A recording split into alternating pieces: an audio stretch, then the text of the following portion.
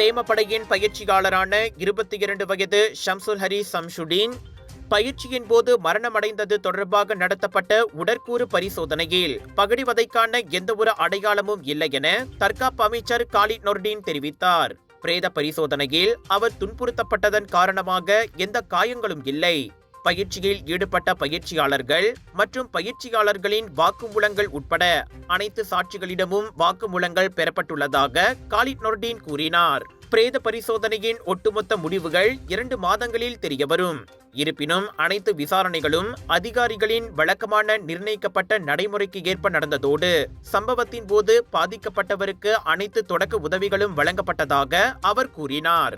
ஜோஹரில் உள்ள ராணுவ போர் பயிற்சி மையத்தில் பயிற்சியை முடித்த பின்னர் ஜூலை 28ஆம் தேதி கோத்தாத்திங்கி மருத்துவமனையில் ஷம்சுல் ஹரீஸ் இறந்ததாக கூறப்படுகிறது.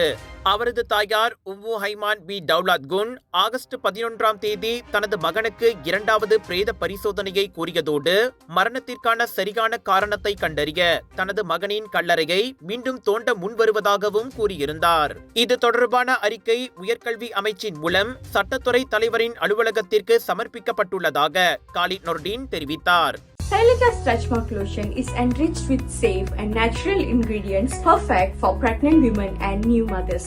It reduces the stretch marks, improves the skin textures, and keeps the skin nourished throughout this important phase of life.